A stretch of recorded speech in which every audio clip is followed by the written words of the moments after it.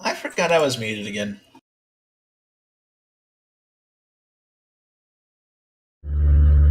Yep, we're live right now, and I'm really bad at introductions, so if you don't mind taking over. What's the name of the talk show? I could probably do it.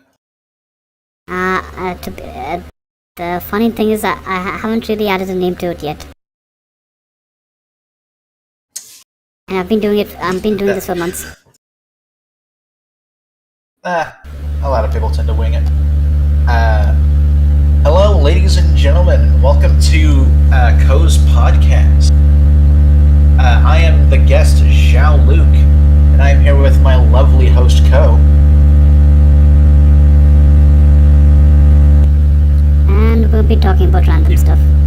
Sorry, what? And we'll be talking about random stuff as we normally do. Yeah. I'm not gonna lie, as I guess I never had the idea of how I was just gonna intro in somebody else. Okay. Oh, well, there's always a first time for everything, right? Yeah, there is. So yeah, how are things been with you? They've been good. My sister finally gave me $200 out of the 1,000 she owed me. 1,000? Yeah. It's like an accumulative debt.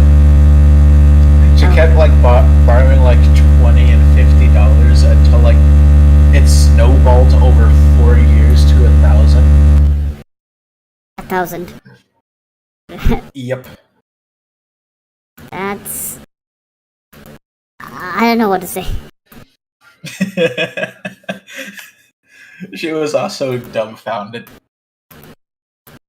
Yeah, but I was keeping an active ledger on it because I thought it was interesting. Yeah, but still $1,000. That's a lot of money. Yes, it is. Like that's what's that? Let me just convert this to INR. That's more than what most people earn for a month over here. Wait, people don't even owe $1,000 in there? Per month. Oh, per month. Yeah, in America it's like if you get under 1,000 per month for like a 2-bedroom apartment, you just struck fucking gold. You never want to leave that place. You're paying like years in advance at that point. Doesn't that isn't that based on which state you live in? Yeah, but as it stands, like everyone's flocking to my state, so as far as I'm aware, we're the cheapest one. Don't tell me it's Florida. Who flocks to Florida? Apparently, the guys from Wall Street are flocking to Florida. It's all over the news. Don't ask me why. Weird. It's like, oh yeah, I gotta live in like an actual hellhole. I think I'd rather be homeless than go to Florida. And you have no idea how many people from my country like Florida. They like Florida? Yeah. Listen, if we have any Indian viewers here, please don't go to Florida. What is wrong with you? I think it's something to do with the weather. They're more comfortable with a tropical that's climate. That's fair in terms of weather. Apart from that, the stuff I've heard about Florida, I'm like, why? Why do you want to go there? It's like, have they never heard a Florida Man story? And how often they are?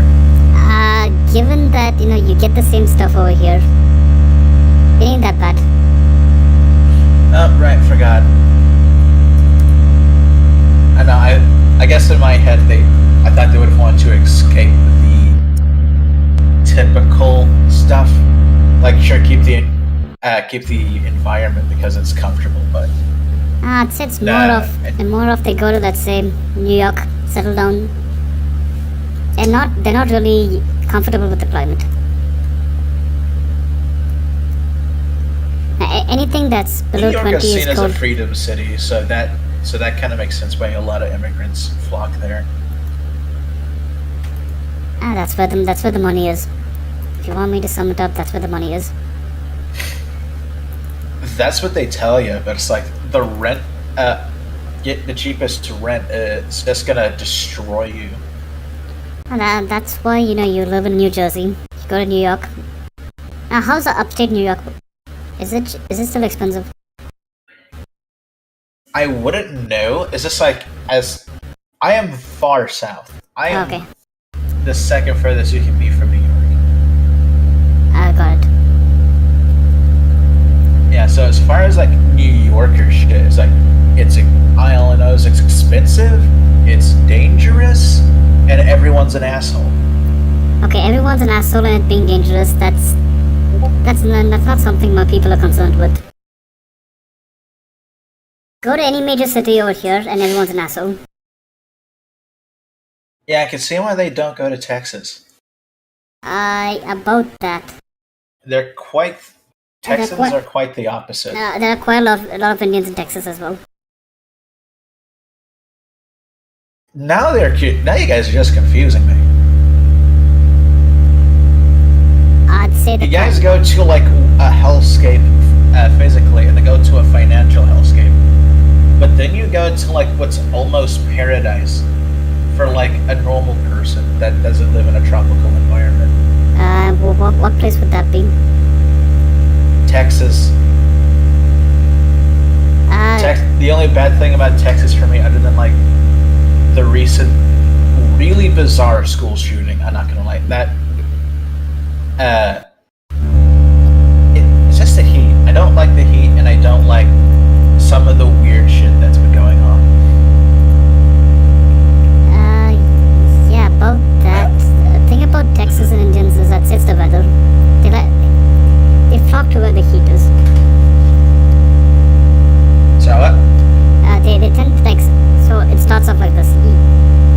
You spend most of your life in a place where it's hot. You decide to go somewhere where it's cold. You realize that the cold ain't for you, and then you find a place that's hot. Make sense? Yeah, it makes sense. Yeah, that's why I'd say most of them are in Texas. Yeah, I'm somewhat in the middle of there, and I personally haven't met too many Indians myself. Depends on which city. They tend to flock around Houston and Austin. Yeah, I'm definitely not around there. Okay. And that's where they are. Apart from that, but yeah, more down south, no, not many of them. Also, how do you know where they flock in Texas? Most of the people I studied with kind of went to Seattle, Texas, or New York. Oh. Yeah, that's fair. And then they go to Miami for a summer break, which still baffles me. It's mostly because, like, in terms of rumors, Miami is like in America. When you go to America, you'll start hearing that Miami is kind of the party city. I talked to a person from Florida, and her response is, take a wrong turn and you find a gang. Yeah, I'm fully aware that they have gangs. It's like, if you, like, let's say you just immediately come to Texas and you ask someone's like, what's your opinion on Miami? They'll probably say, well, it's just a drunken party city. That's most likely the response you will get. God. And either that, or they will just mention the gang shit. come on, my question would Because be, they actually been there. why? First of all, isn't it more expensive? I'd say it's more expensive than just flying back to India. You want a beach? We have a shit ton of beaches. I think it's just the aesthetic. We have the same aesthetic, if not better. I mean, certain parts of the country that has. If it's Well, the it's drugs, like, well, can you get LSD from yes, like we can. One of walking the in the? No, yes, we can. it's not like if you just walk down the beach. Yes, and, we like, can. Every single second, someone represents you. Hey, you want crack? Yeah, we have those in the West Coast. Wow, you guys really like copy paste then. In our defense, it wasn't us that did it. It was the Russians and the And there's really crime families that got kicked out of Israel. Oh no, I was just like, I'm talking about like you guys are just attracted to places that are just like India. It's hard, but we like warm climates, or they like warm climates. I like it but colder. And I know for a fact that I like it wonder cold. why they don't go to Arizona. About that, they are in Arizona as well. Okay, at least they're consistent. But think about people in Arizona, they tend to want to leave Arizona because it's a bit too dry. Yeah. Now that I remember, my mom told me about her one trip in Arizona. She really did not want to go back there ever again. It's more of they want a warm tropical place to settle down. A warm tropical place with lots of money. And the only desert in the states that Indians like is the Nevada desert. And you know why.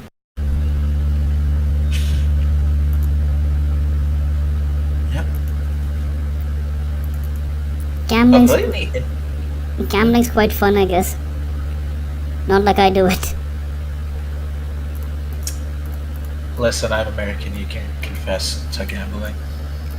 I seriously don't gamble.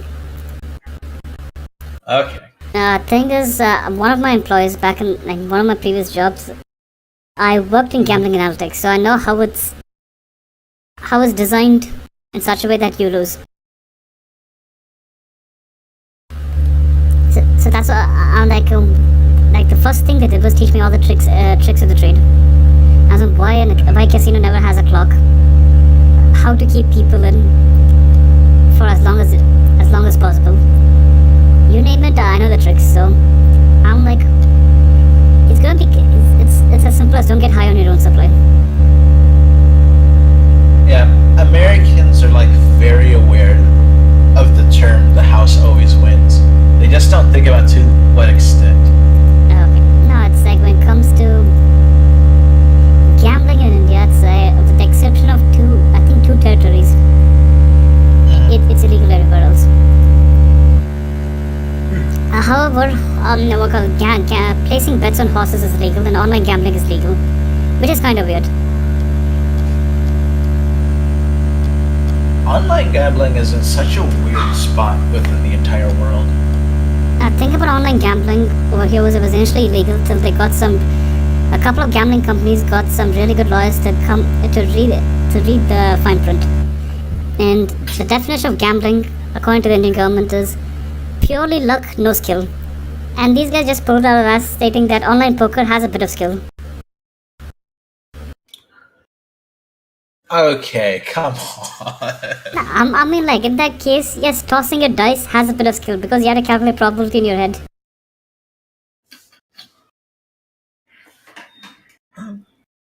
It's like, okay, when I was a kid, I did come up with a technique where I could get the dice to land at the exact same spot almost pretty consistently. I can't say every single time, but pretty consistently. So yeah, it's a game of skill. Yeah. I still wouldn't call like a game of dice to be skill based. I'm not saying it's completely skill based. I'm just saying it's partially skill based. Yeah. And that's it. Unless you're in India, then legally it is 100% skill based. I mean, like the definition of gambling is it's completely random. There's no skill involved. While these guys, all they had to prove is there's let's say 1% of skill involved. Therefore, it's not gambling. We actually have entire TV shows and competitions about poker.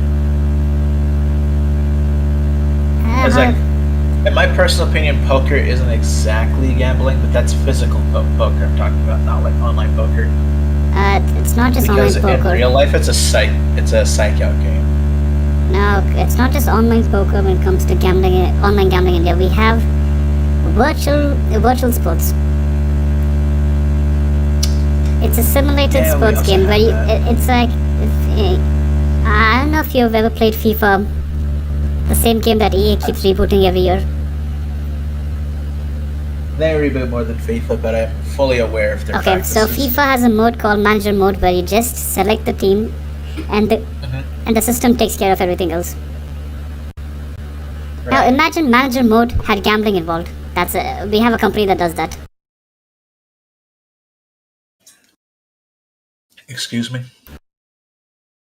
You select the players, you run a simulation, and if you win, you get money. That's it.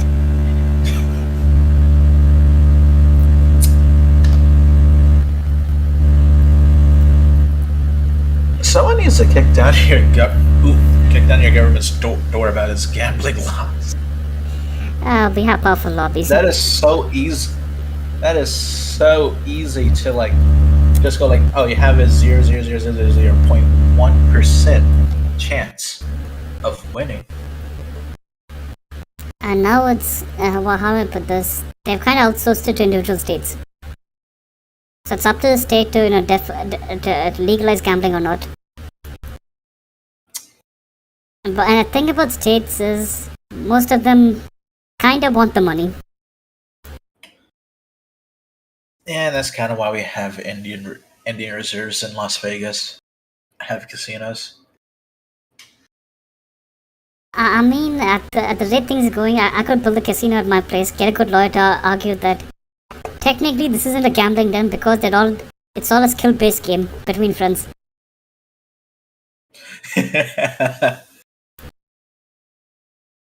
Just have everyone write their name on like a ledger saying, yeah, you Yeah. come here, you're my friend. And that's it. In about 2 years' time, I'll be sponsoring the national team. So here's a question: would you? No, because the team's not worth the investment. No. Casino. Thing about a casino here is too many overhead costs. That's the only reason I'm not going to do it. Fair. Way too many overhead costs, and despite what they say, it's still extremely labor-intensive industry. Yeah, that makes sense. Like, one of the tricks they use is it's the attractive girl with a drink. Let's say a person's on a winning streak. And this is primarily targeting the men. He decides to cash. He decides to cash out. Send the attractive waitress with a drink to convince him to play one more round. That must be like the easiest job in the world, other than like the makeup that's required. On paper, yes, it's the easiest job, but practically not really, because you know how many men she has to go run around, giving drinks to. I'm going to guess, but either between 200 to 1,000 a night. Yeah. Yeah, now I think about that. That's pretty mentally intensive. There's that. Then there's my personal favorite, the algorithm with the slot machine. It's not truly random. Everyone's kind of aware that slot machines aren't truly random. Like in America, they're not random. Nah, they're not random anywhere. Because getting algorithm that's truly random, that's like one of the holy grails of systems of many fields of engineering. You get something that creates a truly random output. Now that people will kill for. The closest thing we have to a true random generator is uranium. That's it. Have a bit of radioactive material and it gives out an output of either 1 or 0. That's the only truly random thing we have right now.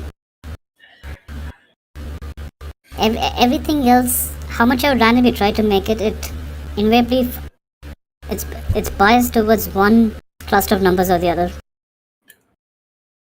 I'm not gonna lie, there's a part of me that almost wants to become president just so I can shit talk your guys as president.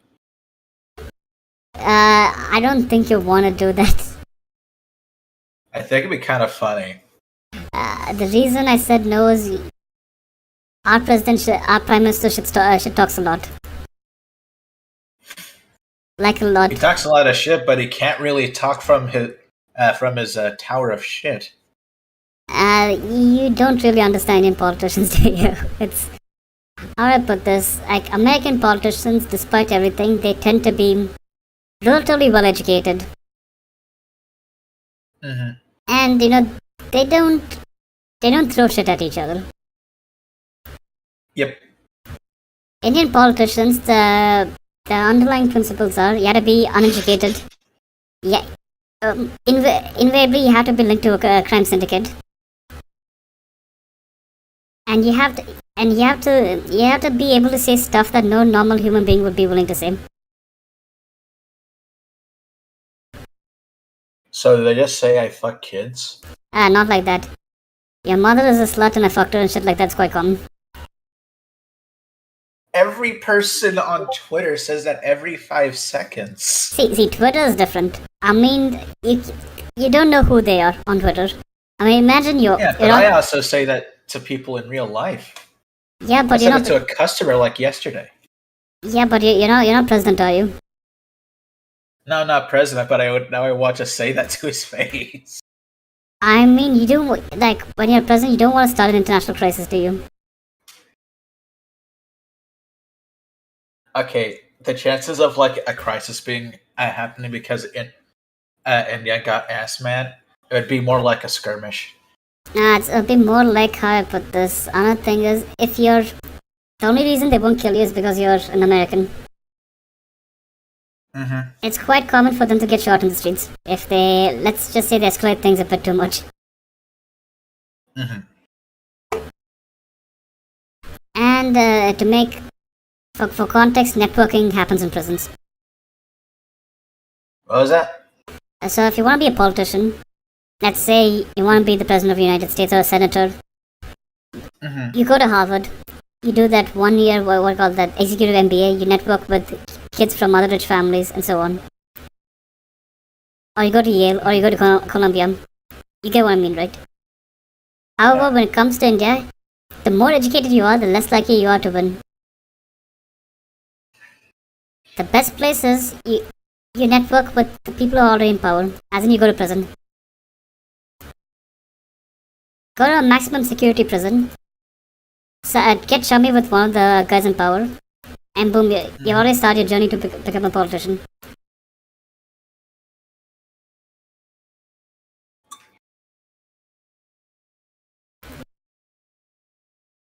It's how does this country not just crumble under its own stupidity? How do I put this? There are too many checks and balances for us to crumble.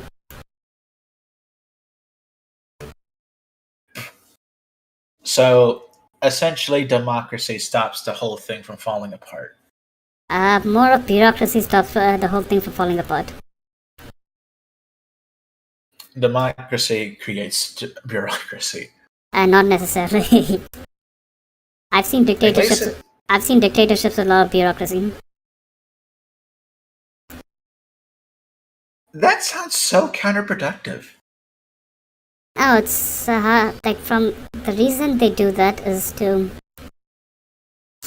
It's like the more complicated you make it, the less likely people are to protest.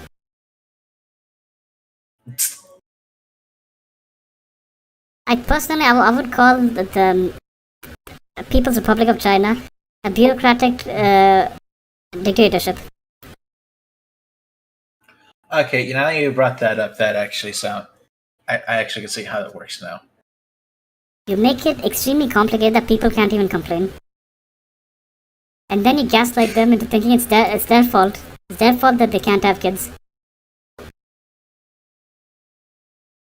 You guys are just fucking too much. That's why you guys can't have anything. And then you just flip it up and say that you guys don't fuck enough. That's why we have a population crisis. Wait, so they're having an underpopulation problem? The Chinese, yeah. That is hilarious considering how I grew up. Okay, so the Chinese have... It's not exactly an underpopulation crisis. They're more old people than young people. I call that a population crisis. And they're more men than women.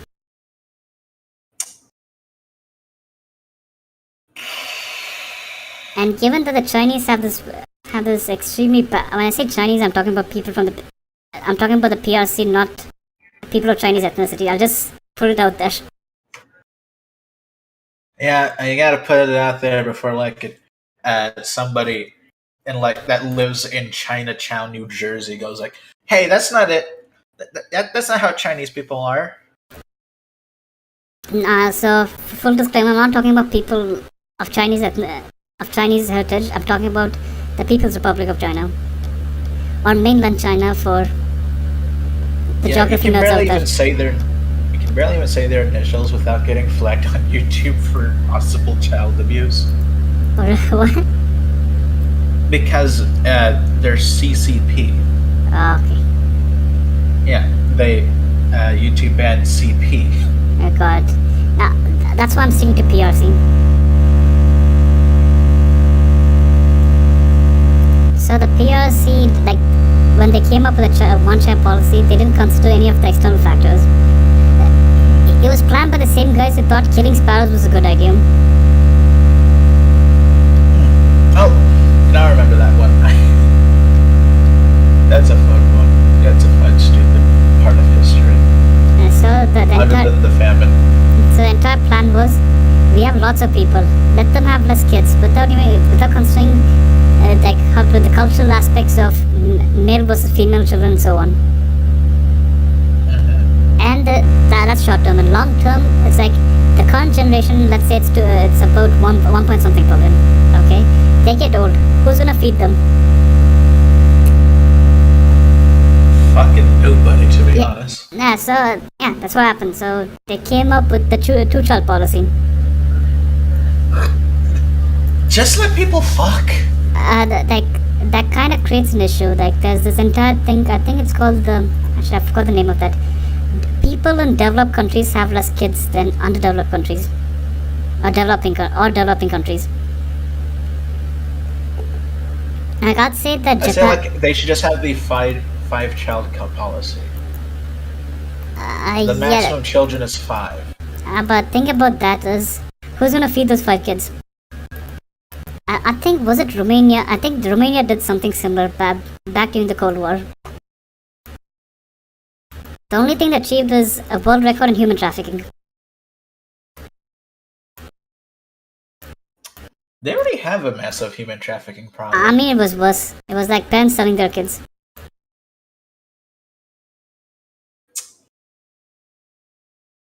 Why do I feel like I heard that in China being a thing when they get more than one child?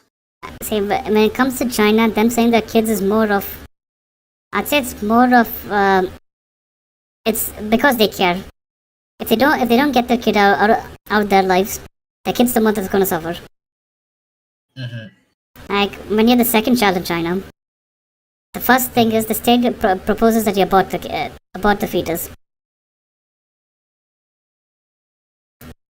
Like, forget pro-life or pro-choice. Chinese are like anti-life.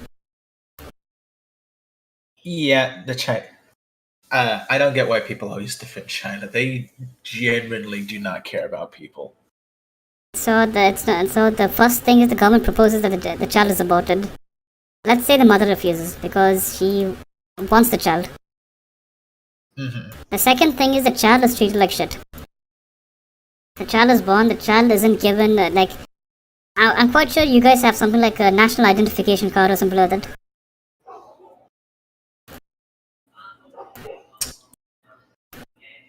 I mean, proof of your existence, sort of thing. The kid doesn't get that. Without that card, the kid can't get a job, can't go to school. Basically can't do anything. Man, he's basically a geriatric. So for a kid in such a situation, the best thing would be to be adopted by someone who is not Chinese, or who doesn't live in China. I'm not gonna lie, I thought you were gonna say something that I was told in middle school. What? So in middle school, they told it when they first told us about the one-child policy. So if you refuse to abort the fetus, and no one is going to adopt your child, you drown your kid in the bathtub. Yeah, that kind of happened. I'm more concerned about why they told middle schoolers that. I think it's just to help middle schoolers kind of demonize the Chinese government because we all left not liking the government. Yeah, no shit. Yeah, we vehemently all were like, "Fuck China." I hope they get Hiroshima and Nagasaki, but only in the government buildings.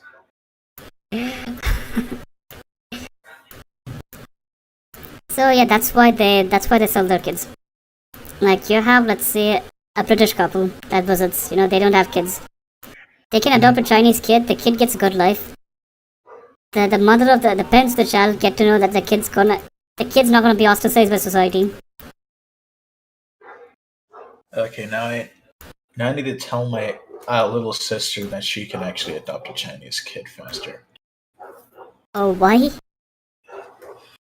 She was thinking about adopting a child and then later on giving birth to a child. Now, okay, when it comes to adopting kids, I'm not saying adoption is bad. It's a good thing. It's just that it's not as easy as people think it is. That's what I told her because I was like, nah, it takes longer to adopt a child than to birth one.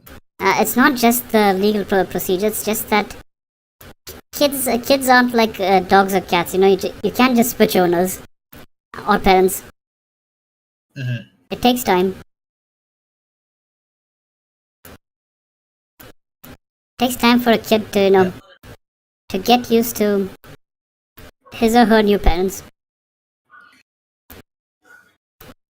Yeah, I feel like my sister would try their best to do it. I just don't know if they can take it. Nah, I'm not questioning your sister's ability. I'm just saying that's going to be tougher than what people say. I just brought that up to her first as a way to discourage her from doing it in the first place. What, adopting a Chinese kid? Adopting a kid in general. I didn't even bring up the idea that adopting a Chinese kid would be faster. Thing is, I would say yes and no. It's based on how well the Chinese government, how much the Chinese government likes the US government right now, and frankly, I don't think they like them. Nah, I don't think they like each other. I mean, right now it's at one of its lowest points. Oh, what did we do to piss him off this time? You didn't do anything. Oh, they did something to piss us off? I mean, it's something like the Chinese the CCP kinda messed up, and they need a big bad enemy. I'm sorry, what? They need to blame it outside. They need to blame someone who's not Chinese, who's not part of the Chinese government. So they're like, okay, pick the enemy, pick the bad guy of the week. Fine, the Americans, let's go with them. It's that. They couldn't just go with the fucking Russians. Everyone's pointing at them for the bad guy of the week. The thing about the Russians and China is that's China's best customer right now. They'll suck China's dick for anything. Right now, the Russians are Putin's willing to personally suck off Premier Xi for a couple of MREs. That's how bad the Russians are. Yeah. I'm not gonna lie, sometimes when I get like YouTube shorts about Ukraine, it's kind of hilarious how badly the Russians are getting like their ass beat by just a bunch of grandmas with AK-47s. I've seen one, but I've seen a grandma with a stick.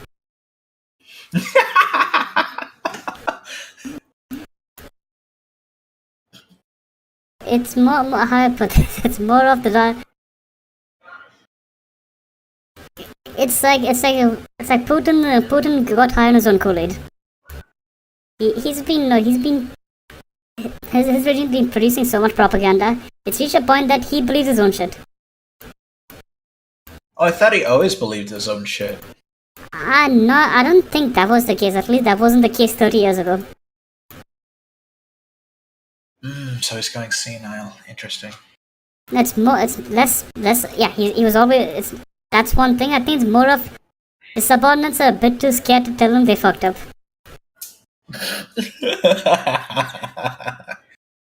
Oh my god, it's terrible, but it's unironically Adolf Hitler.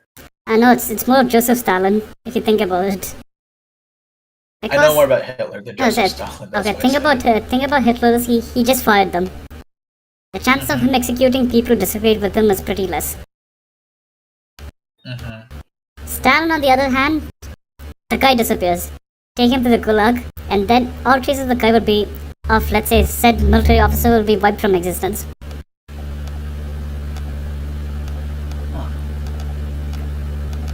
And given that Putin takes a lot of inspiration from Joseph Stalin, I'm not surprised.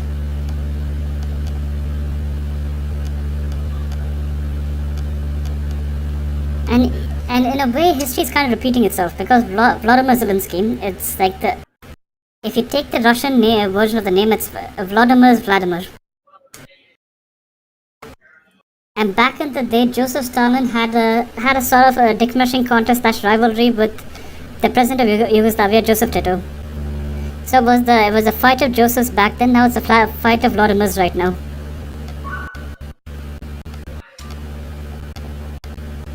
So apparently Stalin sent, I don't know how many assassins to kill Tito. Quite a lot.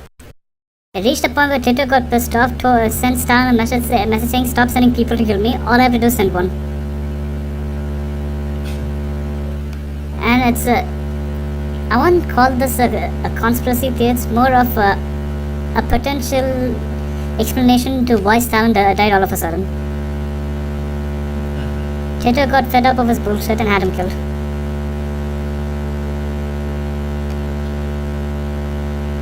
Pretty funny. I'm just waiting for something. I just want to know how the entire Ukrainian conflict was going to end. At this point, I'm far too curious. I kind of want like a time traveler to come over me and just spoil it for me. See, I know for a fact that Russia ain't going to invade all of Ukraine.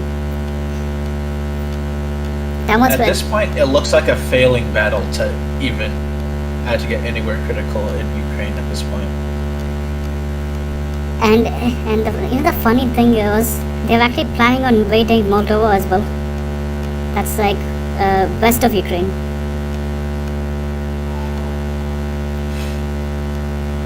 I'm like, wow, you guys couldn't even invade one country, you wanted to invade two?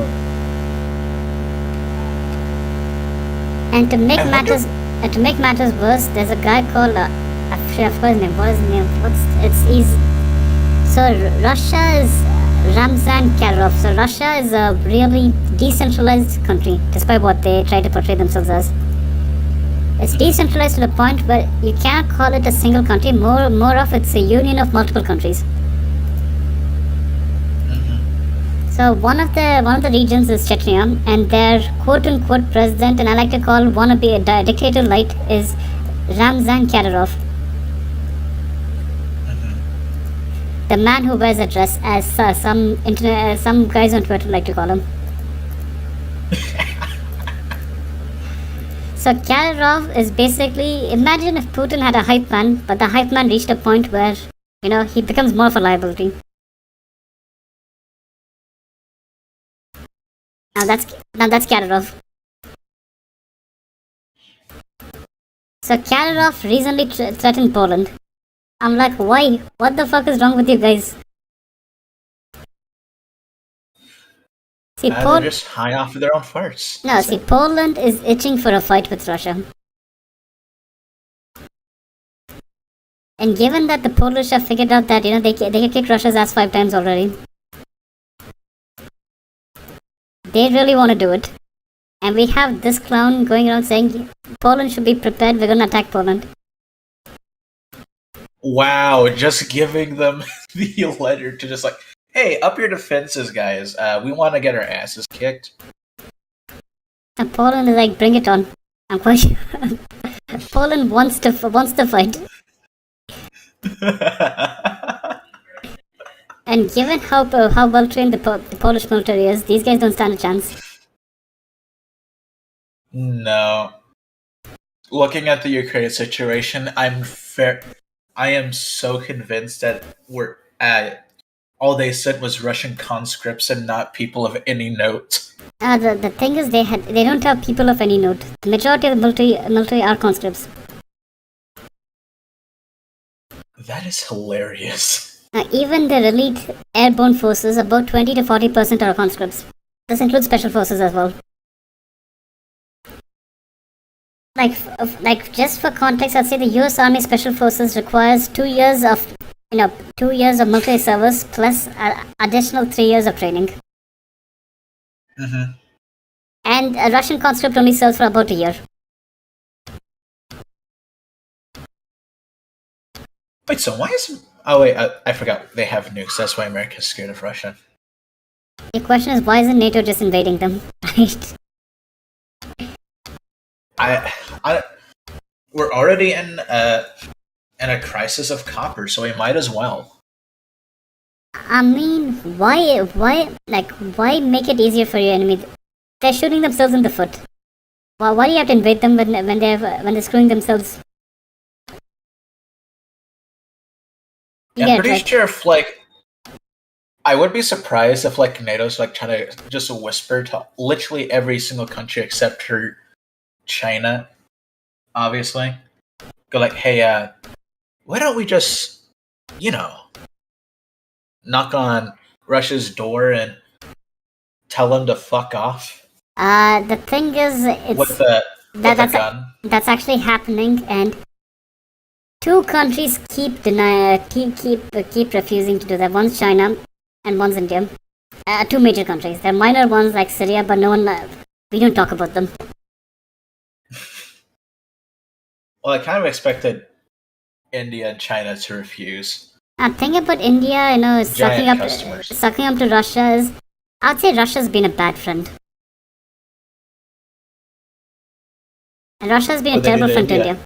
I mean, everything they sold us is either shit, and Indian conservatives tend to bring up 1972. 1972 was the Bangladesh Liberation War, where apparently Russia sent a sub. The Soviet Union sent a sub. I'm not going to call them Russia because the Soviet Union was a union of Ukraine, Moldova, Russia, Belarus, a huge bunch of countries. So calling them Russia is insulting towards the other republics of the Soviet Union. As it's out to the people that actually sent a sub. So the Russians the Soviets sent a sub because the Americans had a carrier strike group patrolling that area. So yeah. Indian conservatives, they tend to rewrite history by saying that the Americans were going to invade India because India got involved in Bangladesh, and the Soviets were the only things that stopped us.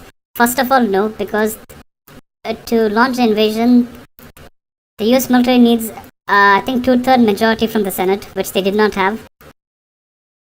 Second of all, the Soviets weren't going to intervene if India was invaded by the states because, one simple thing, mutually assured destruction. We didn't have nukes back then. Yeah. So due to that... Honestly, my justification for not even invading India is it's a large landmass that, you would just be stretching your forces too thin trying to control it. No, invading India would be worse than Vietnam because... but just because you control New Delhi doesn't mean you control the entire country. Yeah. It's we're so culturally diverse that just because you control New Delhi, I'm quite sure most of the southern states will be like, keep it. Keep that shit, or we don't care. Yeah, it's like, those guys suck. We have the best shit. We have beer. Be more like, come to my border. I'll kick your ass. That'll be every Indian individual state. So it's due to that historic rewrite, the Indian government tends to have I won't say the Indian government, the Indian people tend to have a soft spot for the Soviet Union, for Russia, because they think Russia and Soviet Union are the same thing. Even though they're not. One's a communist dictatorship, the other one's is a man-child's playhouse. Yeah. That's one thing. Another thing is the Russians don't ask too many questions, and they sell us cheap shit. But the thing about the cheap shit they sold us is it's referred to as flying coffins. The Indian Air Force has lost more pilots due to malfunction than actual combat. And the Russians were like drug dealers. They basically got the Indian military addicted to Russian equipment, and the military is like extremely hesitant to switch to other equipment because they're used to Russian shit. And I'm quite sure they have a lot of shit on high-ranking military officers because this was a fact. Okay, that's not allegedly all that. There's not allegations. This is a recorded fact, and this guy was court-martialed. They honey trapped an Indian admiral because they want to sell us they want to oversell us an aircraft carrier. They found a Russian prosecutor who was willing to sleep with them, got the pics, threatened to send it to his family unless he approves the deal. And guess what? We have an overpriced aircraft carrier, which doesn't work.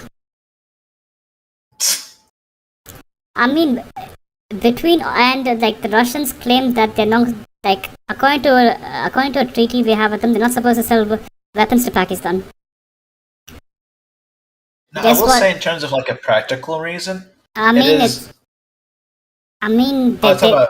reason why you guys don't switch from Russian to like any NATO jets or whatever. It's less to do with a practical reason. It's more to do with it's actually two things. The first thing is, and like many Western companies don't like you customizing this stuff. As in, they don't like you breaking into their engine and reverse engineering it and all that. That's one thing. Another thing is they have strict regulations on what you can and cannot use it for. As in, let's say you're not allowed to use it for, let's say, quote-unquote, peacekeeping operations in Burma or Myanmar. That's one thing. The third thing is NATO equipment tends to be more quality over quantity. Yeah. Which... Is this like my point was just the fact, like, if they were to buy a new a jet from like a different country or different organization, the problem is that it actually take 2 to 3 years to retrain and also train new guys to fly those things. I mean, the things we're already buying aircraft from France. We are switching our rifles to American. It's the reason they're doing that is not because the military wants to change. Rather, the elected government is forcing them to change. Because the Indian military, at least most of them in positions of power, tend to love Russia. Like you get retired army generals coming on the 6 o'clock news calling Putin a tactical genius. I'm not gonna say he's a tactical genius because he's not getting Ukraine. They expected it to be like a landslide victory within a few days. I mean, whoever calls Putin a tactical genius and is working with the military should be fired. I agree. I mean, it's like saying Jared from Subway is a really great spokesman. No, he's not. He diddled kids. That is not good for your business. Yeah. And another thing is we have elements within the Indian government who are extremely anti-West. Like if you look at our Prime Minister, he's pretty chummy with the West. I mean, not chummy in the way that he sold up, more like he wants to cooperate with the democratic world. And then we have petulant man children like the equivalent of our Secretary of Foreign Affairs, who tends to be like he's the type of guy who'll take a smelly dump, clog the toilet, and blame the Americans. I mean, a few days back we met with the Japanese, the Australians, the Americans, a couple of European countries. Everything's going well, and this guy just pops out of nowhere in the presence like, just because we are talking to him doesn't mean we're controlled by them. Like, dude, no one asked. No one even thought about that. I think that just probably made everything worse. Yes, more or less, yeah. Another thing is, like, there's something called the non-alignment movement, which is, according to me, the biggest geopolitical catastrophe that India was involved in. So the NAM was an outdated Cold War ideology where certain countries do not align with either the Soviet Union or the Americans. And the only country that kind of took it seriously was India. The other members just sat in the committees. Like for example, Saudi was a member of the NAM, even though Saudi was clearly on the American side. And Egypt, which basically was American, was extremely Western, aligned, sat on one of the major committees. I mean, like the thing about the NAM is, if you ask many people, if you ask me, I'd say it's one of the biggest geopolitical failures of the 20th century. It kind of isolated us from the West, while made us extremely dependent on the Soviet Union. The collapse of the Soviet Union gave us a new chance to cooperate with other countries, less dictator-like countries, but these guys still want to stick to the NAM ideology, and many of the people who stick to that tend to forget that the Cold War is over. They see Russia as a successor to the Soviet Union. They see this as a struggle that's a continuation of the Cold War. I mean, they still live in the past. Yeah, there's kind of a reason why a lot of countries are just decommissioning nukes and putting them out in fields. We kind of had a treaty about that. Wait a minute. I thought you guys. Over, buddies. I thought you guys broke. I thought both sides broke that treaty because the Russians are making nukes, and you guys are like, you know what? We'll start making nukes again. Honestly, I haven't been brushing up on my nuke lore. Okay. I've heard the only thing I know about nukes is that we occasionally take them out of aircraft carriers and put them in fields so the Russians can see it. Since you brought it up, I'm actually bringing to question if Russian nukes still work. That is a good question. Because of course, it's a question we don't really want to find out the answer to, but... But do they work? Think about it. And they were made so long ago. And do they change the parts on them to make them more... to make sure that they're still up to date? I mean, given that the Russians aren't really well known for maintaining their equipment, what if the nukes don't work? Maybe that's why he never launched the nukes. Maybe he knows it doesn't work. They don't work. He's like, I'm going to launch the nukes in Ukraine. Putin. About 70% of our nukes are broken. We literally can't afford to shoot a nuke. And the 30% we sold it to the Afghans. Because back, I think it was early 2000s, there was a scandal about Belarusians selling nuclear weapons to certain groups you don't sell stuff to.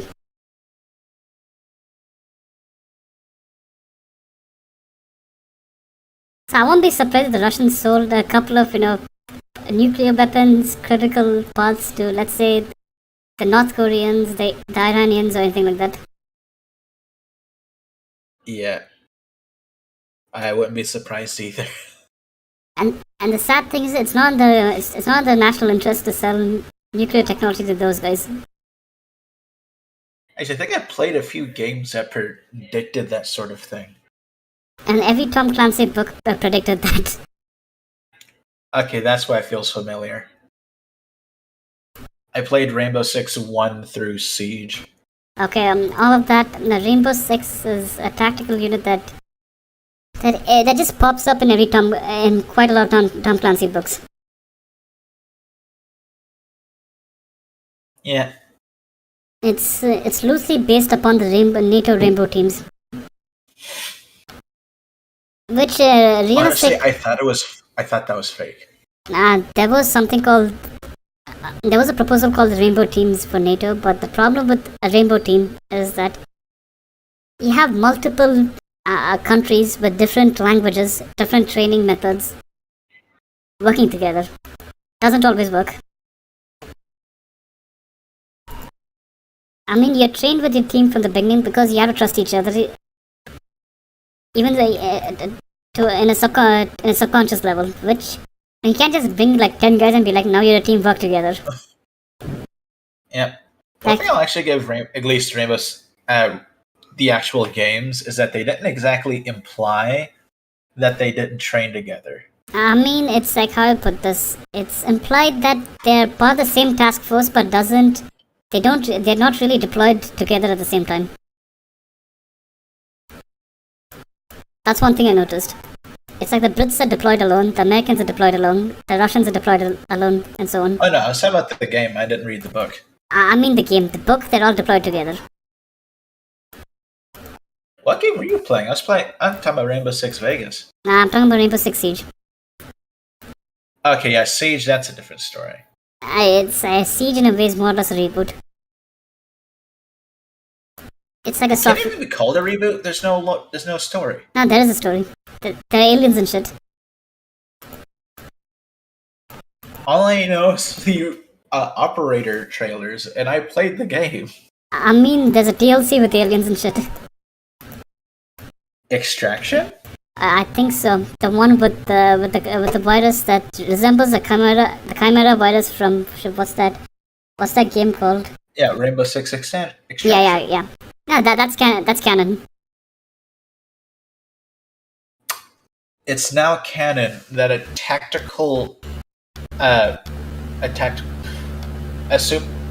essentially super troopers are fighting what has always been described to me by people that played the game, aliens. Yeah, they are aliens. Technically, they are aliens. And the first mission, the last mission of the OG Rainbow Six Siege game is canon, where not MIT has a bioterrorist attack, and you're deployed to stop that.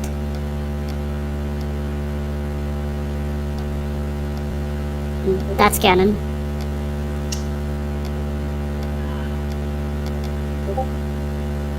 I can't wait for Rainbow Six Siege to just have a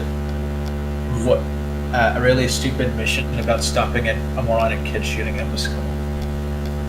They might bring that up. Don't give them ideas. They're gonna do it. I'm just waiting for the Russian DLC. They might as well. Nah, they will. Like, By the time they release it, it might not be relevant, but I want them to do it. I mean, they'll release it after the entire Ukraine crisis is over. Honestly, I would respect their massive testicles if they released it during it. Like, right? Every Call of Duty game has a Russian bad guy, right? Yep. Now imagine, Modern Warfare.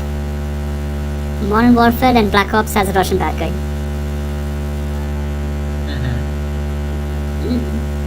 They just have to they just have to change the graphics a bit, and they can rehash the same games. They pretty much can. I mean, the latest Modern Warfare is basically Russia and Syria. Yeah. Just change it to a random Middle Eastern country. I'm like, me the whole time I'm watching it, I'm like, yeah, I know this shit. I've seen this somewhere. Yeah, a part of me kind of misses the golden age of Captain Price Call of Duties, Yeah, but I also don't want them to do more because, God, they're just gonna ruin him. the thing is, I'm quite sure they're already planning the next one where Captain Price takes out Putin.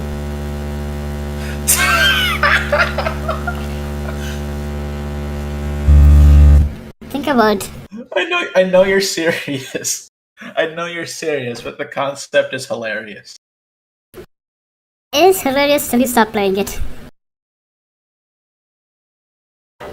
Everybody's laughing until the price shows up. But then again, I don't think Putin is that intimidating. He's like a man who's like 5'5". Yeah. He's a man who's 60s. Literally, he's the least intimidating man ever just because of the memes alone. He's 5'5" and he's 60 something. He's like 69, I guess. He's actually a walking meme. I'm just thinking about like the Ever shut the seen selfies. the squished Yeah, or the Putin memes? white Putin. Yeah, wide Putin. Don't worry, Uh, the Ukrainians stole Every that time you from. mention 5-5 Putin, I'm just thinking about wide Putin. Don't worry, the Ukrainians took white Putin away from Russia as well. And now we have white Zelensky. I kind of want the president to just give flyers, and these flyers are just random memes that are just making fun of Putin, I'm quite and they sure. just stick them on buildings. I'm quite sure that the Americans are doing that, but it's like the NSA, some NSA intern, they're going on Facebook. They're like, this is the you. He's already banned. Their country's already banned on Facebook. What's the point? Okay, what's still present in Russia? I think Twitter's still open in Russia. No, they got banned there. Okay. They're literally kicked off of every social media platform. Okay, they have their own knockoff versions. Just go on one of those, get a VPN, go on one of those. And make the memes. Everyone, do your part. Send the memes. And now I remember what's still open. Telegram is still open in Russia. Okay, well that's different. I don't know where Telegram's located, but I'm pretty sure they're located in the countries close to it. I don't think Telegram has a. Where is it based out of? I don't think they have a permanent location as such, because both Ukraine and Russia are using Telegram. British Virgin Islands and Dubai United Arab Emirates, which is ironic because they were temporarily banned in Dubai. So they're in the British Virgin Islands and Dubai.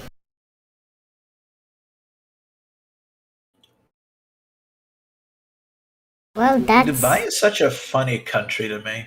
it's actually a Or city. City. It's Honestly, anytime someone says Dubai, just think of it as a country. it used to be a country, but they created a union between them and a couple of their neighbors, and now they're part of the United Arab Emirates. The thing about Dubai is it advertises itself as extremely liberal, but it's quite conservative.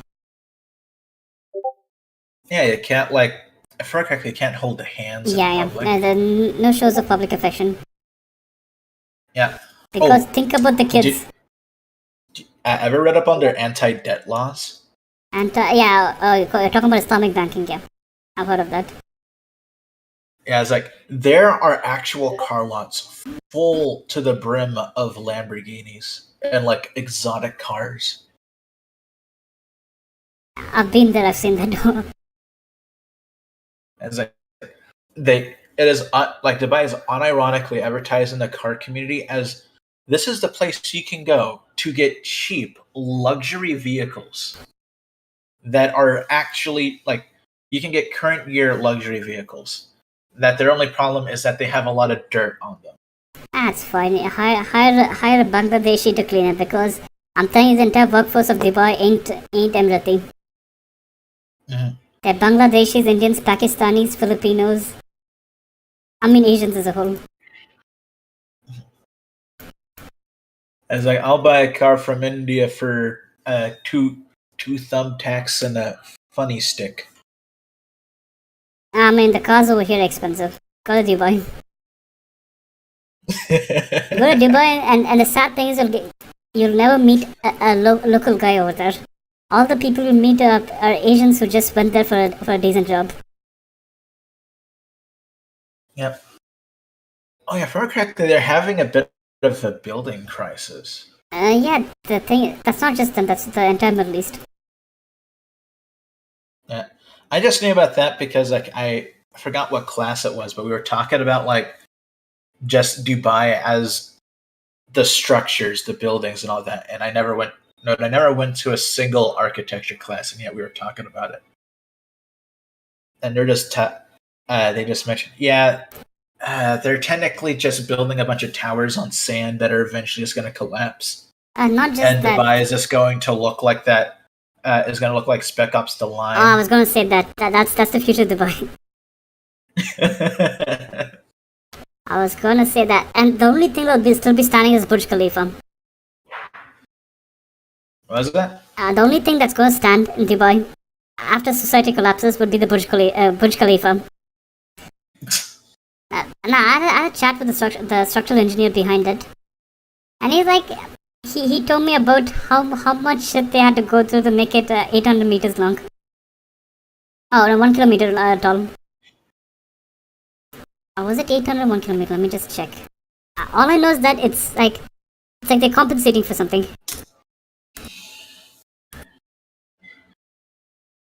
Okay, Yeah, when Dubai collapses, they want that to be the building that survives. 830 meters. Oh yeah, now I remember. So he was telling me about how they wanted to be 1 kilometer long, and then they had to, negotiate with them to reduce it to 830 meters. Mm-hmm. Because if you don't make it 1 kilometer long, it's going to collapse. Now the Saudis and the Emiratis have this dick measuring contest on who has the tallest buildings. Honestly, I thought it was a contest on who has the coolest looking building. No, it's about who has the tallest.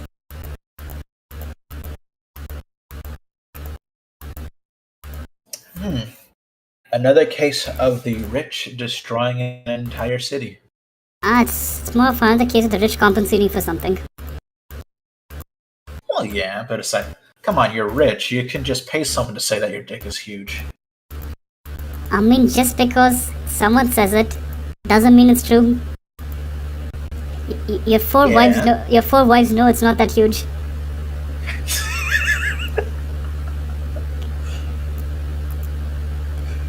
Your 4 wives are just constantly cheating on you. You're like, no, God, my husband is so fucking rich, but God, he cannot get high enough for me.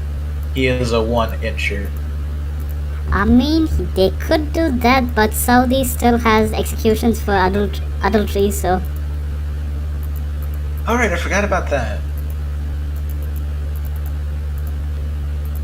In high school we actually started talking about how bad the Middle East is. Nah, the thing is, I lived in the Middle East. It's bad. I'd say it's kind of misunderstood. There are some parts where it's bad, but mostly it's actually fine. Oh, we were just talking about the laws. I mean, even the laws. Talking about like cultures. I'm talking about the laws as well. Oh. With the exception of, let's say, Saudi and Saudi, Iran, Iraq, Syria, and Lebanon, it's actually pretty fine. I mean, if you live in, let's say, Oman, Yemen is they don't consider Yemen as one of them. If you're talking about Oman, it's actually pretty decent. Oman, Kuwait, and Bahrain, it's pretty decent.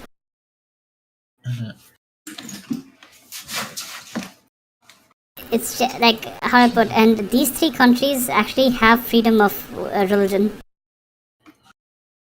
Ooh. I mean, right now they're actually changing a lot because they want to be more westernized. They want to get integrated with the Western world a bit more, so. The Western world is the Western world. I mean, that's where they get their money from, so. Yeah. And even Saudi is liberalizing a lot. The Saudi and Emiratis are liberalizing a lot.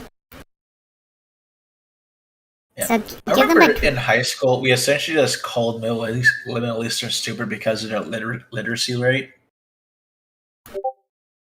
That's even a misconception. Is this what I was told? This is like they have a low literacy rate, therefore, a lot of the smart people that can read take advantage. A lot of the dumbers.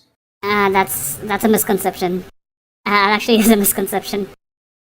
That's the thing is, when you say Middle East as a whole, are we talking about the entire region? Because if we're talking about the entire region, mostly Iraq, mostly the generic ones. Yeah, I mean, Iraq and I see Iraq. Whatever. Yes, that happens. Saudi doesn't happen. I basically only say Middle East because I can't remember what countries we were talking about. Let's see, if it's Iraq, yeah, literacy rates is pretty low. If you're talking about Afghanistan, even though that's not the Middle East, yeah, definitely. Yeah, we were definitely talking about Iraq and Afghanistan. That was for the two countries. Okay. We No. talked Iraq, Afghanistan, and Dubai. I see. Dubai is highly educated. Yeah, that's the one we said. Yeah, people there, they be smart. That's because most of the people there aren't from there. That's Yeah, actually. it's just a bunch of rich white and Asian people. No, it's a bunch of poor white and it's a bunch of richish white people, a bunch of middle class and poor Asian people, and like a handful of extremely wealthy locals.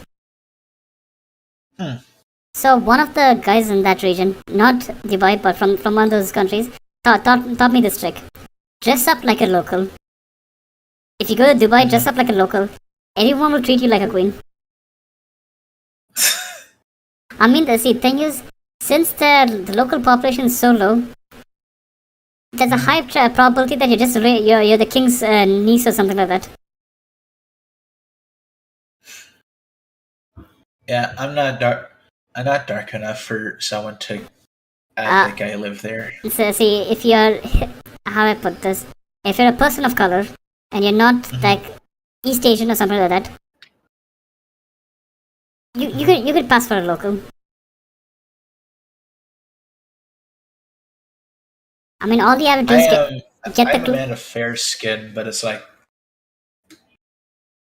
I do get confused for either Asians or Hispanic. Mexicans. Okay. Yep. You could pass for that. I mean, you could pass for a local though. That just speak a few of their words, learn the language a bit, and get the clothing right. I'll probably forget this if I ever go to Dubai. Not gonna lie. I mean, if you ever go to Dubai, you're not planning on getting discounts in restaurants, are you? I probably don't. If you go anywhere, I don't plan for discounts in restaurants. I plan to just like charge me up the ass just because I'm a tourist. See that I don't think that happens much in Dubai because most of the population are invariably tourists.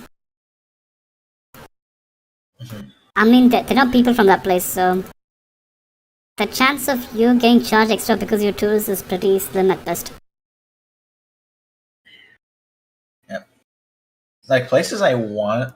Actually, there's only one place I ever wanted to visit as a tourist, and that's just Ireland. Okay, an interesting choice, but why? Because I'm part Irish. Oh, okay. So it's like you wanting to honor your heritage. Yeah, is this when you just try going there, learn the heritage, try to avoid tourist spots, mostly because I just don't fancy the generic historical spot. Now, from what I know there's more to Irish history than just a stupid ass shamrock at the top of a fucking tower. Now, from what I've heard, it's a pretty interesting spot to visit. It's just that people tend to overlook what Ireland is. They just see a bunch of rocks. They're like, "This is Ireland." A bunch of rocks and a few pubs.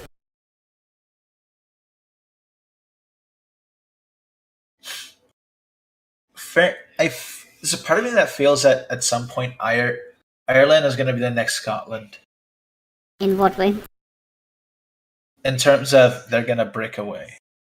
I mean, isn't Ireland already independent of the United Kingdom? It's an independent country, as far as I'm aware.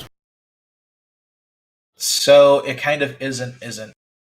I mean, are you talking about Northern Ireland? Majority. So a massive part of Ireland is independent, but there's a small part within the island of Ireland that makes up a good percent. I know. Now I guess I know what you're talking about, but let's just keep off that topic. I don't know too much about it. It's just how to put it. I've studied a lot about that, and frankly, that's not a topic you want to discuss on YouTube.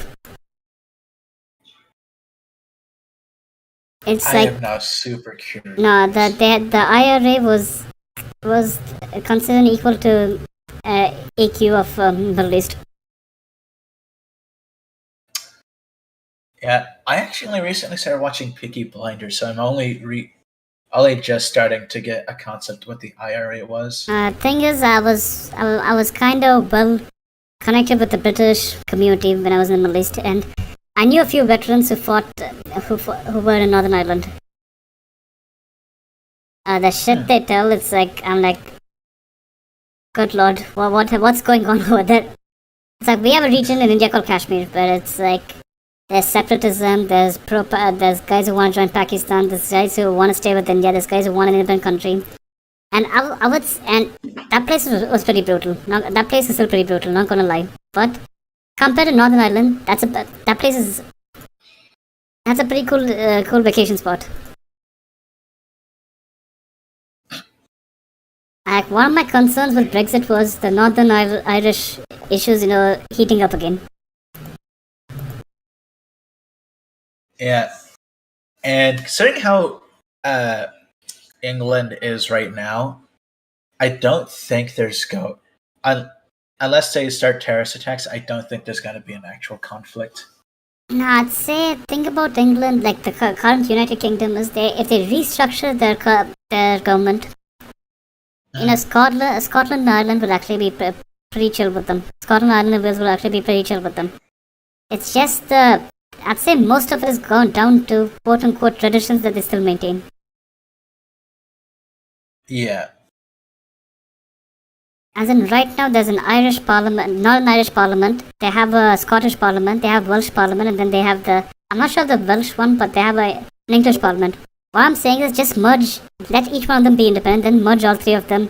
Have like a centralized government, like a federal government, then have individual state governments. That would actually make things easier for them. That's one reason. If I remember correctly, I think it has to do with their voting system. No, that's one thing. I'd say the main reason right now is Scotland and Northern Ireland want to be part of the EU. England, or at least the powers to be in England, do not.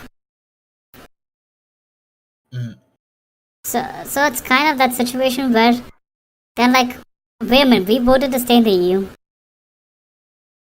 I mean, something like that. So if they you know what, they should strike a deal with the EU in such a way that something similar to what Norway has. They're not a member, but they're technically a member. They treat like a member, even though they're not a member. That could solve the problem, but we have that guy in charge. Yeah. Mister, I did not party during the pandemic, even though I partied during the pandemic. I'm not gonna lie, I think all of the world leaders just go on a fucking bender. See, that's true, like, all of them did. It's just that the Brits take it more seriously than the rest of the world. Yeah, I do remember that the Brits were very complaining about their leaders just straight up dissing. To be honest, I believe they had the right to complain. Like, you're locked in, you can't do shit, and then you have this proof that Pig can be a real boy too. For hosting a party at his place, you'll be pissed. Like, the thing is, from a perspective of an Indian, I'm like, that's it. That's the biggest scandal. But I can understand why they're pissed. Yeah. I mean, it's the same thing with when you guys had that entire college admission scandal shit. College admission scandal? I mean, a couple of rich kids just got into top schools by faking their grades. Well, when you're good at faking it, why not keep going? That's what happened, and they got caught. They got kicked out. A couple of college administrators got arrested. The kids' parents got arrested. So the funny thing I think the only reason why that became a scandal is just because people already spent so much money to get in there. The thing is, it's like how about getting into, let's say, Harvard and stuff.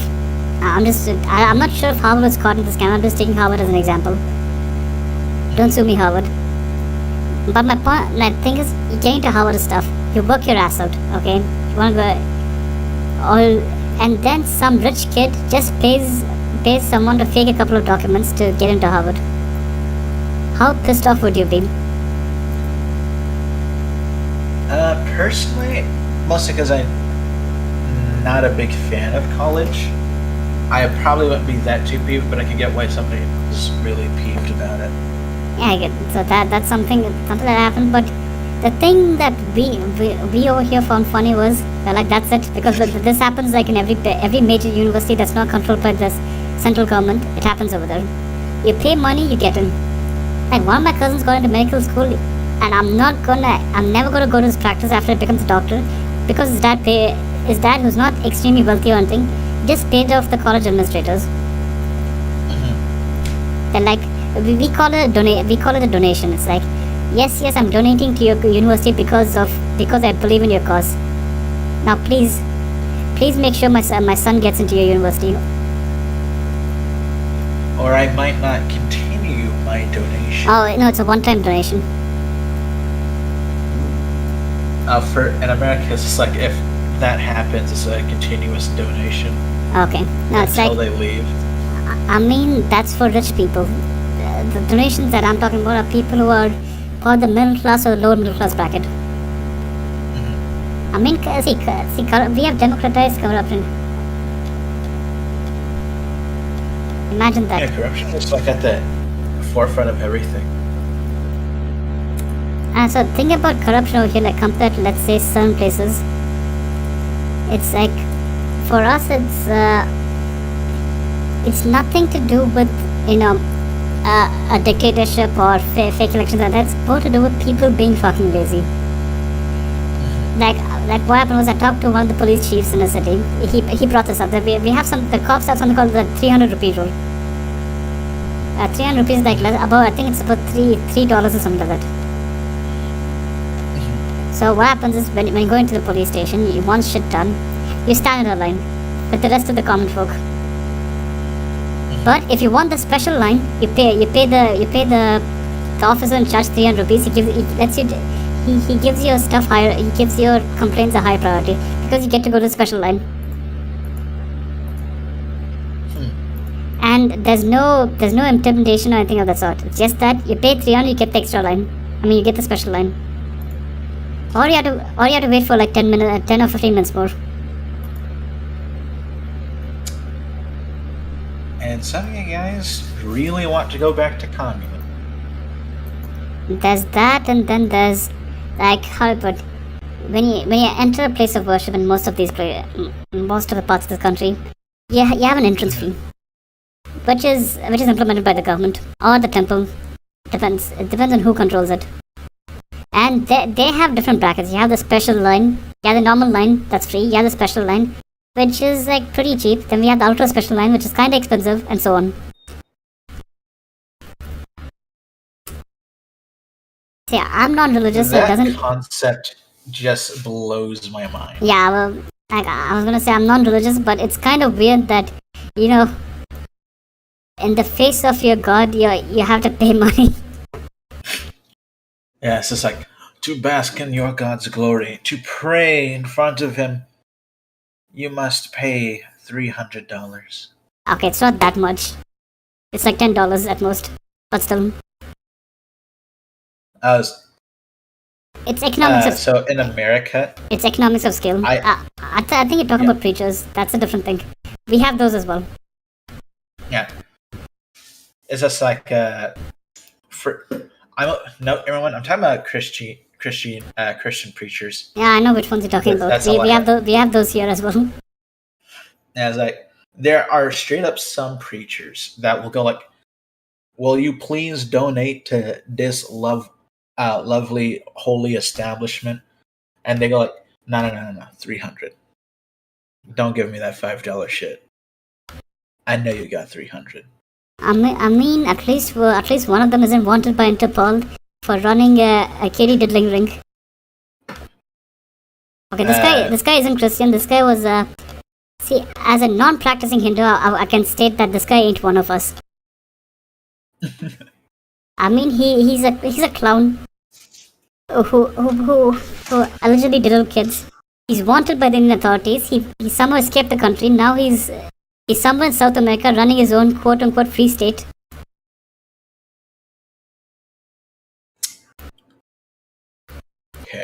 and he's wanted by Interpol. So there's a massive manhunt for him, and he's just chilling out in some South American island, which he's now named his own private kingdom. Where conveniently, the age of consent is pretty chill for him. How convenient. I mean, I would be surprised if hundreds of our priests are wanted by Interpol for that exact same thing. I mean, think about being wanted by Interpol is someone has to file the paperwork.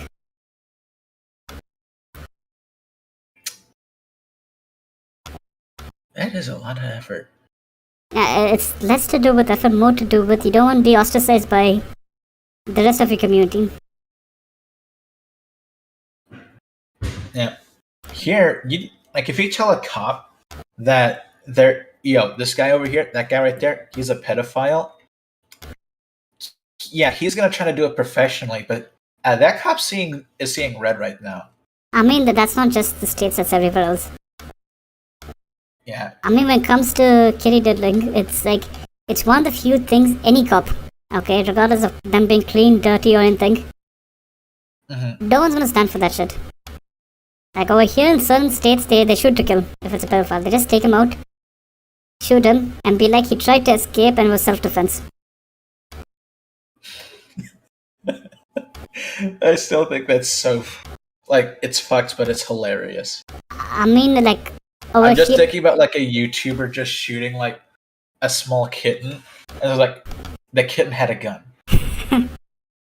No, over here you're not allowed to shoot them if you see a gun. You're only allowed to shoot them if they shoot back at you. So what they do is they stage an entire escape scenario where the guy somehow wrestled the gun from a cop, shot at them, and they shot back.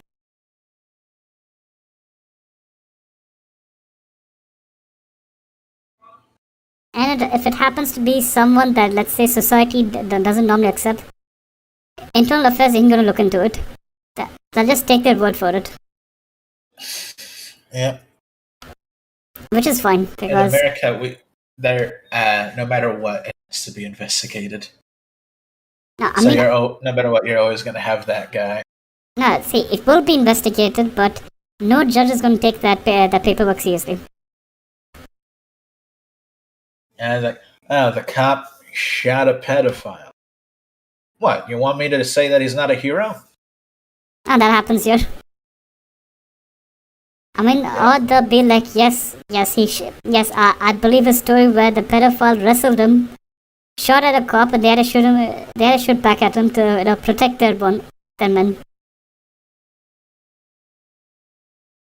Now, another thing about cops here is, see, there may be that one guy who sticks to the rules a lot, but a few weeks in the field and you're as cynical as the rest of them.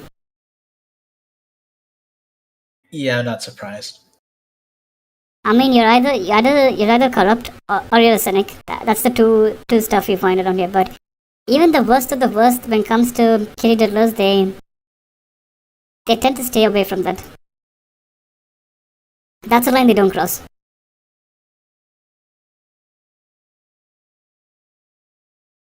Yo, India, I have a pedophile for you. Have you ever heard of this EDP? Yeah, just put him on a flight over here. We'll take care of him. Just make sure it's one of those states where they shoot to kill. Yo, EDP, if you're listening to this, I got a plane ticket for you. You can get out of the States. We'll take you to whatever Co says is, that special state, and you'll live in prosperity. I'm just imagining a bunch of cops waiting for him when he lands. Yeah. He shot Jerry. Shoot. No, it won't be like that. But they don't do it in public. They'll be like, sir, we're here to escort you to your hotel. Mm-hmm. And the next day, I'll be like one guy with a fake sling being like, he shot at me. We had to shoot back at him. Because there's so many cops shooting for movies and memes. I'm just imagining as soon as EDP gets off the plane, he just gets obliterated. That could Like happen. 5 cops are waiting out the terminal gate. I'm just imagining that. Yeah, since you brought him up, like he just disappeared. Any idea what happened to him? Okay, so there's actually an entire Reddit dedicated to just keeping track of where he is, and constantly, no matter what, it doesn't matter how many times he changes his fucking name, they always find him and they always get him fired. Like the first time they found him, he was an Uber driver. Oh no. During this time, he had to sell. He sold 2 of his cars, and I think he also sold his house. I mean, him as No, an Uber this driver guy is made, a terrible idea. Yeah. So after that, he was at McDonald's. Eventually, he kept having to switch places because like they got him kicked out of almost every hotel or motel he stayed in. Yeah, like you don't want a guy like that, in your establishment. Like, okay, in America, a lot of motels do not have the time or sleep to take care of whatever problem you're dealing with. There's this YouTube channel called Guy in a Motel, and like a lot of some motels are like this, but most of them aren't. Where the guy lives in there and he sits there 24/7. Like he works there and he is expected whenever that doorbell rings, no matter what, you have to take care of them. Okay, so it's like they're understaffed. Yeah, so it's like a guy like him would not give a shit that there's a pedophile in the motel. Okay, makes sense. Yeah, because like he's already sleep deprived. He's not gonna deal with some moron yelling at him for the second time about like first time was about a stupid TV remote not working, and now it's about the fact he's getting kicked out because he's a kitty diddler. It's but in the end, I think I'm just kind of upset that the guys investigated messed up.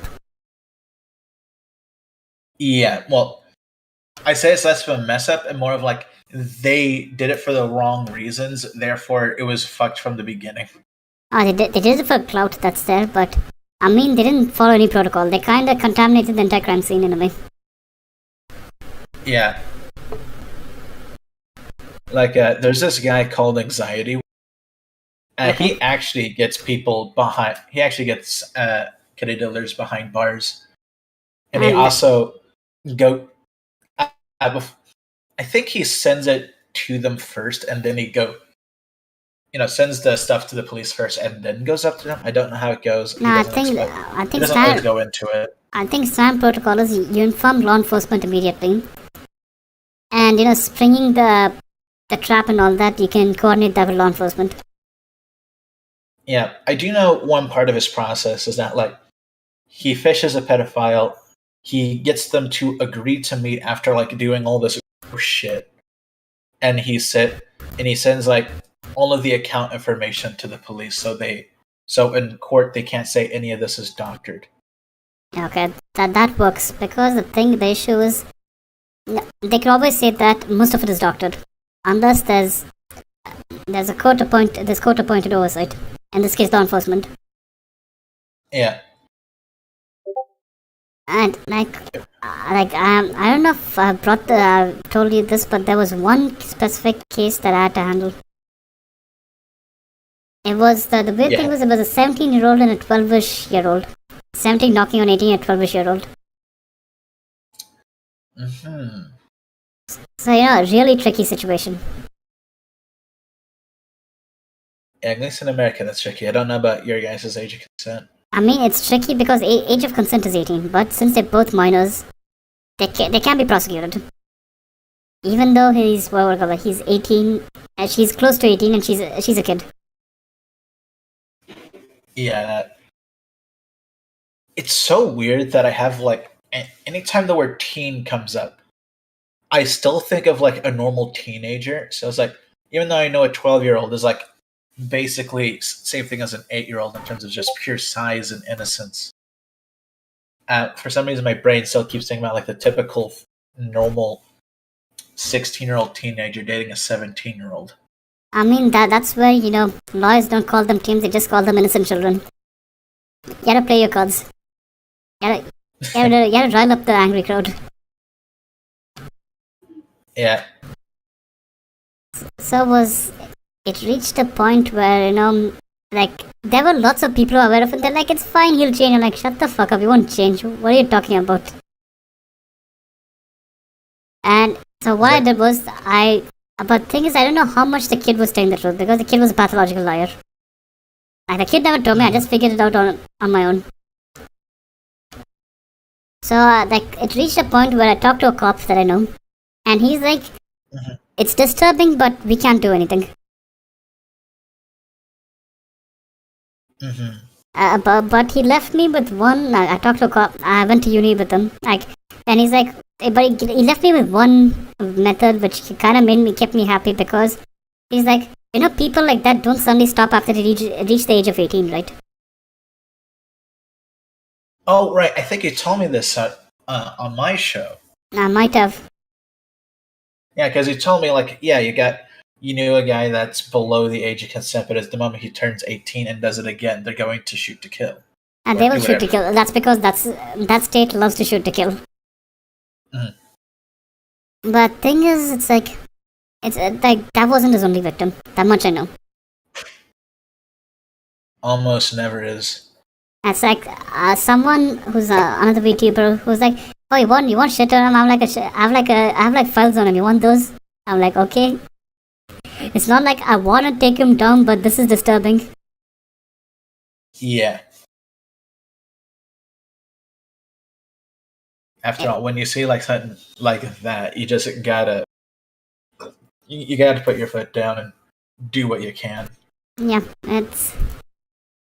I still see him around on Twitter. It's just that he's even less active than he normally is, which is good. He's interacting with kids less. The thing that's the hope, at least. No, the thing that troubled me was that there was an entire ecosystem, like an entire army of people who would have stopped him before I came across this. And all of them were under the impression that he needs some love and care. He needs a good hug. Then he'll be fine.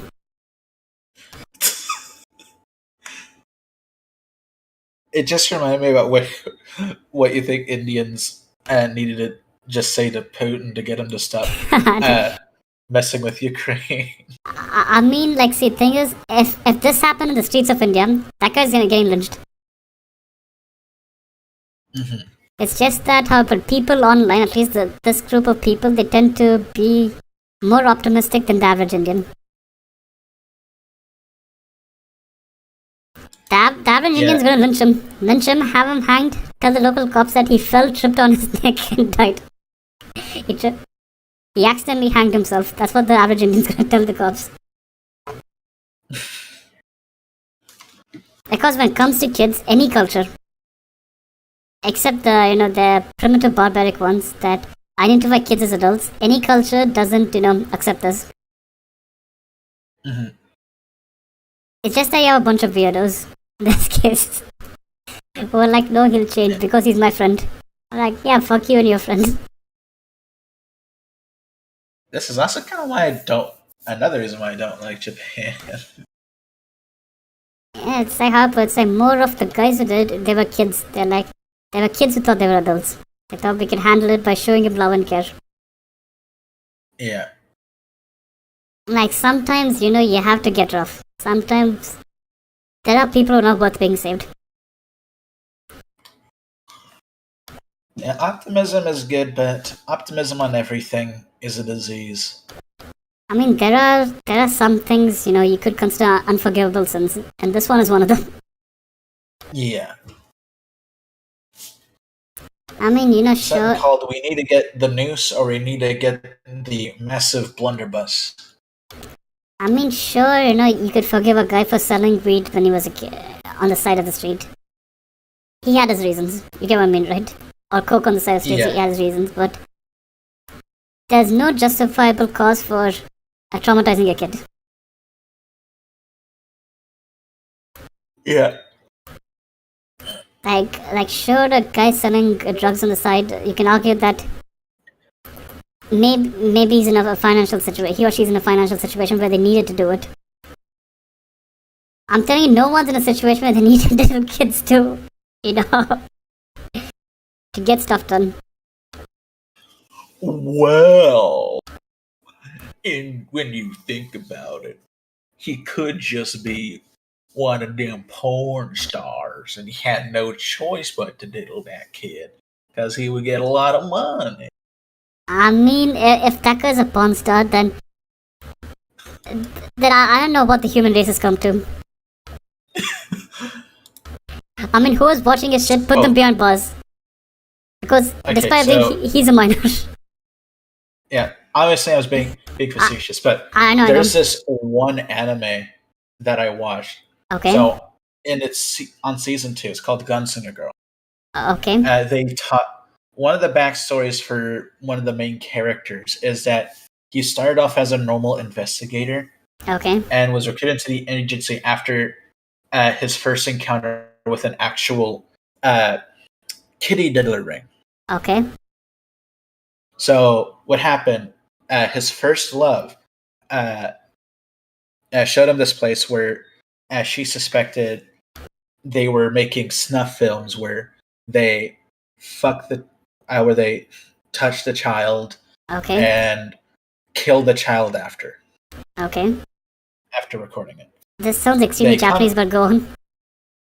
Yeah, it's extremely Japanese, but it's not portrayed in a positive light. It's I understand. Quite literally. I understand. It's just that when you think about Japan, crimes come in 2 flavors: extremely menial or extremely fucked up.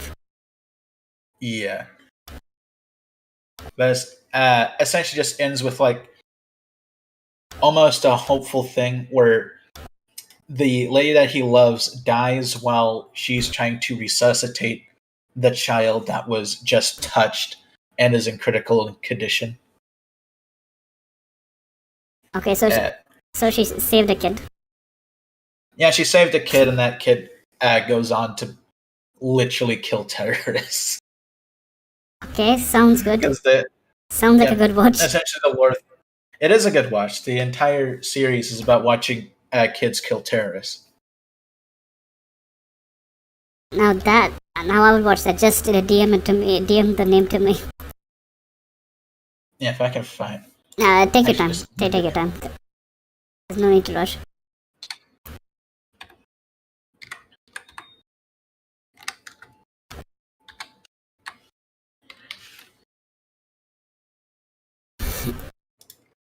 One thing I find weird is that season 2 is literally referred to as a sequel. A sequel? Yeah, but isn't season 2 technically a sequel? I don't consider them a sequel. Season 2 to be a sequel, but it's like the animation style changes drastically between the both of them, so I can kind of see where the sequel feel comes from. Good. Yeah. Oh, this one. Yeah, I've heard of this one. It's pretty old, isn't it? Yeah. I don't try to overrate things, but I just like it. Nah, I'll check it. It's based in Italy. It's already on my list. Oh, it's on your list? I mean, this anime is already on my list. Nice. I don't know why, but I can never convince people to. Maybe it's the art style. No, it doesn't fit the standard anime-ish style by looks of things. Yeah, because this is made in. Season 1 is made with older techniques. Season 2 is made with the early 2000 animation tech. So it doesn't fit anything of what people are used to watching. My take. It's not in the time. It's not within Sailor Moon, and it's not within the current thing. So it's like it's super weird for me. Somewhere in the middle. Yeah. Well, yeah, it still looks like a decent watch. Yeah. And it's like actually the main reason why my other character comes with a P90. Okay.